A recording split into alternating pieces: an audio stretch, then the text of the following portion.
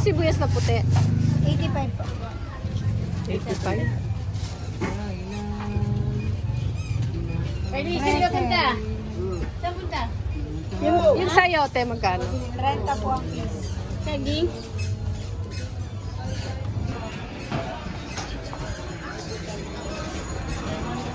Bili ako ng nyog ngayon. Papipiga ako na. Ang presyo ng nyog is 30 pesos. 35, tsaka 45. 35 yung napili ko. Merong 30, 35, tsaka 45. Pinapayod.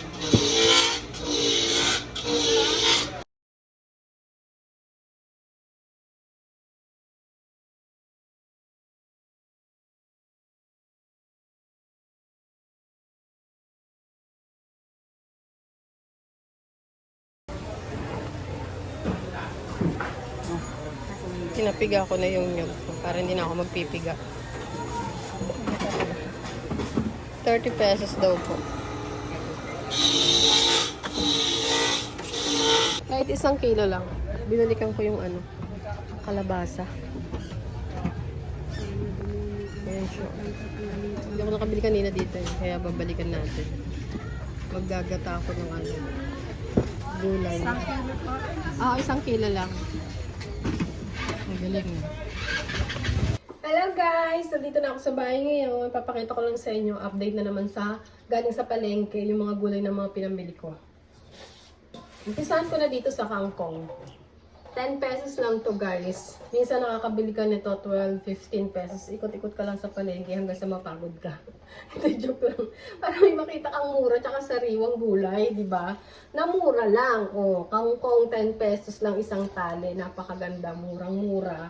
Tsaka sariwang-sariwa. Sunod ko itong kamatis. Alam nyo ba ang kamatis is dati nasa 15, 20, 25 ang kilo nung mga nakaraang buwan lang ha. Ngayon nagtaas, di ba dapat magbumura April na? Alam ko, pagka gantong panahon, mura ang kamatis. Alam niyo ba kung magkano kilo nito? 40 pesos. Ayan, niisip ko pa. Pero ayun nga, 40 pesos ang binili ko kalahati lang. Napakamahal ng kamatis. Ang bilis naman tumaas. Eto, kalabasa, 30 pesos ang kilo. Bumili na ako ng halagang 1 kilo, 33 ang bayad ko dito. Pero ang 1 kilo nito is 30. Magulo ba?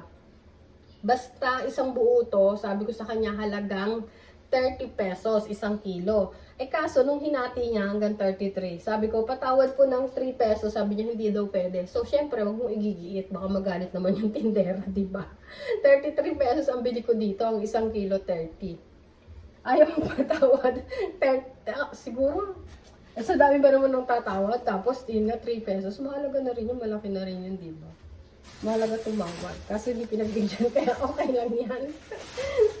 Eto naman, bumili ako ng mangga. Ang kilo ng mangga is 100. Ang bili ko dito, 4 na piraso lang ako talaga, binawasan ko pa, nung hindi ko pa isang kilo, 100. 69 pesos ang bili ko dito. 4 na piraso lang. Ito ipapakita ko sa inyo. Ayan, 4 na pirasong mangga. Ayan, 4 na piraso. 69 pesos ang bili ko dito. Ako lang naman kakain yan eh. Kaya okay lang yan. 4 na piraso lang bili ko, hindi ko naisin ng kilo. Tsaka nga pala, tinanghali ako ng gising kanina. Grabe. Sarap kasi ng tulog ko kagabi hanggang kaninang umaga. Pero hindi ako nanaginip. Minsan madalas nananaginip ako. Pero alam niyo ba, sino dyan ang nakakatanda pag nananaginip, natatandaan niya, nakukwento pa sa asawa. Ako, ganun ako minsan. Mas madalas, naaalala ko yung mga panaginip ko. Minsan lang nakakalimutan ko yung panaginip ko. Then, tapos eto na. Dito na tayo sa talong. Ang talong 55 pesos, hindi pa rin nagbabago. Dapat magmura na to eh. Kasi alam niyo ba, ang alam ko, pag mahal na araw, kaya March, April, ganyan, mura lang ang talong. Pero mataas pa rin siya eh. Dati tumpok-tumpok nakakabili ako 20 pesos lang. Ngayon, eto, halagang ano na to, magkano na to? 18, oh, hindi ko pa ginawang no. Kasi ako hindi naman kakain nito eh. Bihira silang kumain. Ang gusto ng kinakain nila, manok, baboy, isisigang mo, i-adobo mo, nako, yun, prito mo. Pero minsan nakain naman sila, kaya lang piling-pili. Ay, hindi ako nakabili ng paborito ni Rafael yun eh. Hindi ako nakabili ng, ano ba yung paborito niya, ampalaya. Pero okay lang yun. Sa susunod na lang. Ito lang, binili ko ang talong. Ako lang naman yan, totorta ko yan. Dahil bumili rin ako ng sitaw, ayan. 3 piraso. Kasi ito yung ilalagay ko sa... 3 piraso lang talaga ha. Baka may mag-comment naman din. Napakakuripot ko. O, matipid. Ano man tawag doon? Basta. Bakit? Ito lang gusto kong bilhin eh. O, di ba? Sige, comment nyo. Kuripot ako. Totoo naman talaga. Makuna. Ganon. Ang bili ko dyan is, magkano na yan? 6 pesos na yan. Isasama ko yan sa gata mamaya pag nagluto na ako ng gata. Pero para siyang pakbet, kaya lang lalagyan ko ng gata. Papakita ko sa inyo yung gata na binili ko kanina, di ba? Nandun ako, pinapakita ko sa inyo. Kinayod siya, tapos piniga. Bumili rin ako ng, anong tawag dito? Lagi naman kasi ako nasa palengke, kaya malapit lang sa amin yung palengke dito. Diyan lang sa likod bahay. Hindi, joke lang. Medyo malayo na malapit. Basta bibiyahe ka pa. Tapos, eto, bumili ako ng 2 pirasong, ang tawag dito, pechay. Ayan, alala ko, pechay, 2 piraso. O, di ba? 10 pesos na yan, mahal ng pechay. Dapat, di ba, mura nga? Kasi, di ba, ang alam ko, pagka tag-araw, yun nga, maprutas, tapos magulay. Pero ang bumahal, bakit kaya gano'n? Ano ba nangyayari dito sa atin, sa lugar natin? Parang gusto ko na pumunta ng Alaska. Joke. Alaska talaga. O yung sa Alaska, meron ko siyang pinapanood dito sa YouTube. Tiga-Alaska siya. Ayan, shoutout sa'yo. Bumili rin ako ng 1 pirasong sayote. O, 1 piraso lang. Para lang sa pag ako nagtinola ng manok. Yung i-share ko lang sa inyo yung mga pinabili kong gulay ha. Yung mga ulam. Ulitin ko, hindi ko na muna babanggitin. Hindi ko muna ipapakita sa inyo. Basta, kasi konti lang naman yung mga pinamili ko na ulam. Kaya hindi ko na ipapakita. Para sa susunod, yun na lang ang ibablog at i-share ko sa inyo. Diba? Ito muna mga gulay. Arte mo. Ang arte ko. Bumili rin ako ng patatas. O, diba? Magkano bang kilo ng patatas? 80 pesos. Napakamahal naman ng kilo. Alam niyo po ba kung magkano na to? 20 pesos na to kagad. 2 na to. Grabe naman. Uy. Tapos ito, 3 piraso. 80 pesos din. Yan, ito lang yung binili ko. Kasi meron na ako sibuyas dyan na na kulay red. Na-share ko sa inyo yung last na vlog ko. Pinakita ko sa inyo na bumili ako ng sibuyas. Ngayon ito naman puti kasi isasama ko to sa saan yun? Pork steak. Ayan, sa pork steak ko to isasama, iluluto. Yan lang po namili ko. Konti lang. Nagpunta ako sa palengke para lang dito sa mangga. Nagkikrave ako sa mangga. Kaya bumili ako ng mangga. Konti lang pinabili ko. Tapos eto na yung pinaka-special talaga na sinadya ko rin. Pangalawa to, kasi unang-una yung mangga. Kasi gusto kumain ng mangga. Gata.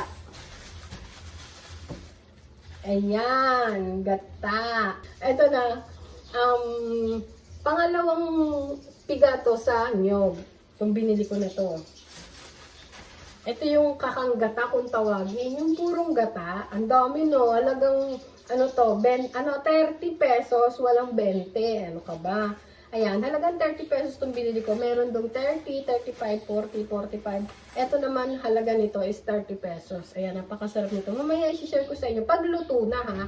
Ayoko nang habang niluluto. Pero papakita ko sa inyo yung mga ginamit kong gulay. Tapos mamaya, ayan. Pag luto na, papakita ko sa inyo yung niluto ko. Ha? Ayan.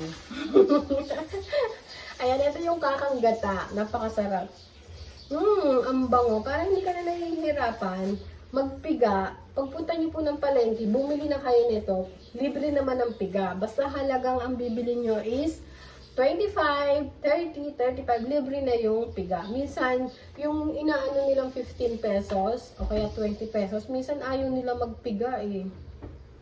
Siguro dahil talagang maliit lang yung binili natin o kaya binili mo. Kaya hindi na sila nagpipiga. Pero pag binili mo yung 2 nyog na tagbe-20, libre naman ang piga. Wag lang 1 peraso. Yun, pinakaano nito. Ang bango, ang sarap. Ayan, magluluto na ako. Papakita ko rin sa inyo. I-share ko rin sa inyo yung iluluto ko mamaya. Galunggong prito nga pala yung isda na papartner ko dito sa gulay ko. Ang iluluto ko ito. Itong 3 peraso na to. Ito, isasama ko. Kalabasa. Then, meron pa akong okra dyan eh. Mamaya, isasama ko yun sa dito sa iluluto ko. Pakbit siya pero lalagyan ko ng gata. Tapos lalagyan ko ng baboy. magigisa ako sa baboy. Tsaka itong talong na to, ayan. O, di ba ang sarap? Konti lang talaga itong pinamili ko dahil ang sinagya ko itong nyog tsaka itong mangga. Lagi naman ako nasa palengke tsaka malapit lang sa amin ang palengke. Ayoko naman kasi bumili sa ano. Ayan, ang bilis ko na magsalita ha. Papahabain, medyo paiigsiin ko itong aking vlog.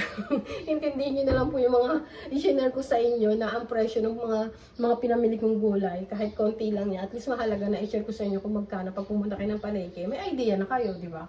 Kahit konti lang yan, ba, mahalaga yung presyo niyan. Yun naman talaga ang ano natin eh. Pag pupunta tayo ng palengke.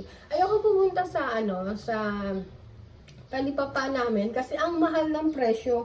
Halos nagdodoble yung presyo niya. Eto, 30 pesos ang bili ko dito sa 1 kilo. Minsan binibigay nila 60 pesos ang kilo. O di ba halos kalahati yung tubo. Tapos bibilin mo to, halimbawa 5 piso lang bili ko to. Magiging 10 pesos na. O di ba ilan din naman yung binili ko? Ilang klase yan? 1, 2, 3, 4, 5, 6, 7, 8, 9, 10, 11 o 11, di ba? Makakatipid ka. At least, tsaka makakapamili ka pag sa palengke. Kaya malapit lang naman ang palengke namin dito sa bahay. Kaya, ayun, talagang sumusugod dun ako. O, di ba? Isa yan sa mga tip. Kung meron kang time at marami kang oras, pumunta ka sa palengke. Yan ang the best. Di ba? Yan ang payo ko sa inyo.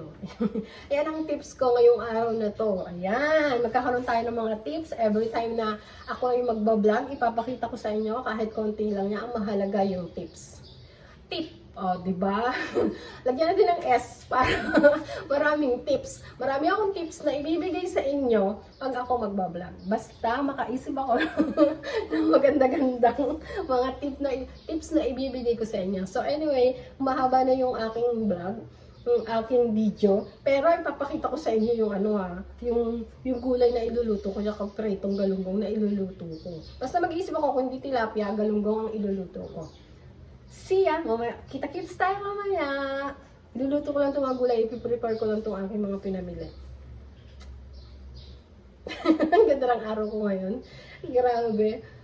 Namiss niyo ba ako? Namiss ko rin kayo sobra. Namiss ko mag-share sa inyo ng aking mga pinamili sa palengke. Kita tayo mamaya!